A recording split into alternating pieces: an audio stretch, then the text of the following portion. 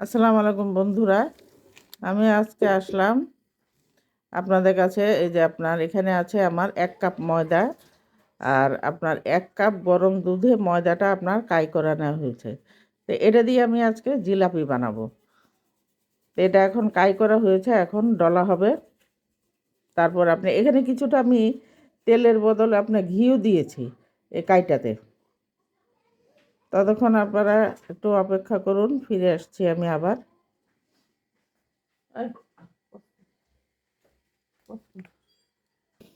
বন্ধুরা, এভাবে এটাকে আপনার লিচি কেটে লম্বা করে নিতে হবে জিলাপি বানানোর জন্য। দেখুন আমি কিভাবে করছি, আমি আরো কয়েকটা বানিয়েছি আপনাদের দেখার সুবিধাতে এটি আবার নিলাম।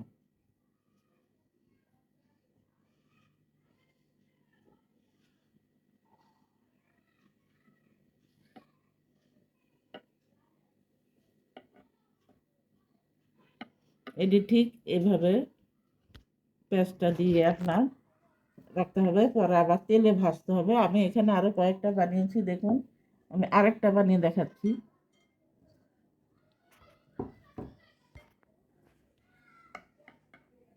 রেখে দিল।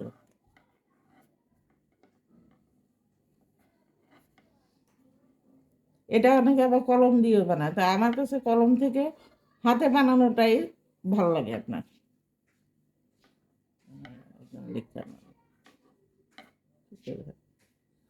ঠিক এই যে এইভাবে নিয়ে, এটাই পারফেক্ট আপনার হাতের জন্য, হাতে বানানোর জন্য।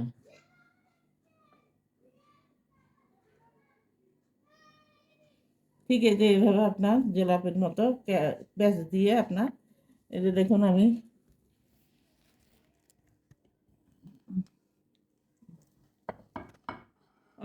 আপাতত এই কয়েকটা বানিয়ে নিয়েছি আপনার জিলাপির মতো করে, আর বাকিগুলোও বানাবো আপনাদের দেখার জন্য। আমি দুটো বানিয়ে দেখালাম। পরে এগুলোকে আপনার তেলে ভাজতে হবে, এরপর আবার দুধে ছাড়তে হবে। ততক্ষণ আমার এগুলো বানানো হয়ে গেছে জিলাপি। এটার মধ্যে আপনার কাই করার সময় দুধের মধ্যে চিনি দেওয়া হয়েছে, প্রায় 1 টেবিল চামচ চিনি দিয়েছি আমি। এখন আমি যাচ্ছি ভাজার মধ্যে।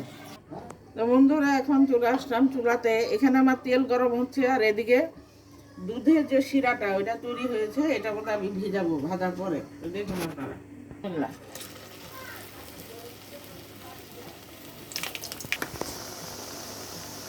এখন এগুলোকে আপনার উল্টিয়ে দিচ্ছি। এখন আমি এগুলো উঠিয়ে দুধের শিরাতে ছাড়বো।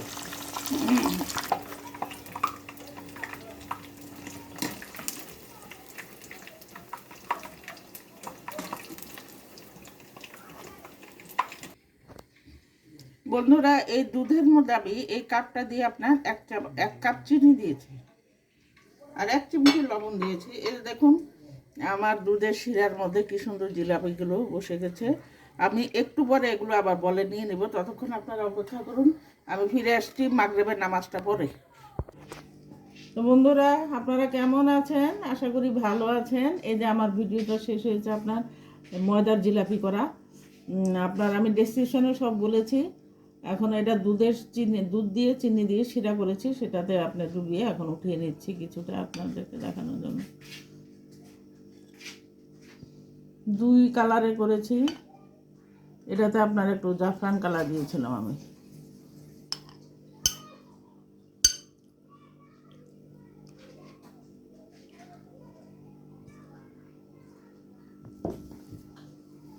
এটা আপনারা ইচ্ছে করলে ঘরে বানিয়ে দেখতে পারেন, বেশ সুন্দর হয়েছে আপনার এটা।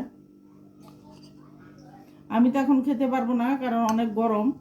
তা আপনাদেরকে দেখালাম, আপনারা বানিয়ে খাবেন। খাওয়ার পরে কমেন্ট করে জানাবেন। কমেন্ট না করলে আর কোনো ভিডিওই করব না। ভিডিও করতে অনেক পরিশ্রম, অনেক টাকা খরচ হয়। এই জিনিসগুলো আমাদের দুধ লেগেছে, চিনি লেগেছে, ময়দা লেগেছে, ঘি লেগেছে, সব লেগেছে। এগুলোর জন্য অনেক টাকা খরচ হয়, তাই কমেন্ট করবেন অবশ্যই। আপনারা শুধু লাইক দেন। লাইক দেওয়া মানেই তো কোনো কিছু না। লাইক মানে যে আচ্ছা আপনি পছন্দ করলেন, কিন্তু জিনিসটা কেমন হলো সেটা তো বললেন না, দেখতে কেমন হলো। আর খাওয়া তো সেটা আপনি বানিয়ে খেয়ে দেখে বলবেন যে কেমন হয়েছে। তো ঠিক আছে, আজকের মতো বিদায় নিচ্ছি। আপনারা সবাই ভালো থাকবেন, সুস্থ থাকবেন। সবার জন্য আমি দোয়া করি, আপনারাও সবাই আমার জন্য দোয়া করবেন। আল্লাহ হাফেজ, ধন্যবাদ সবাইকে।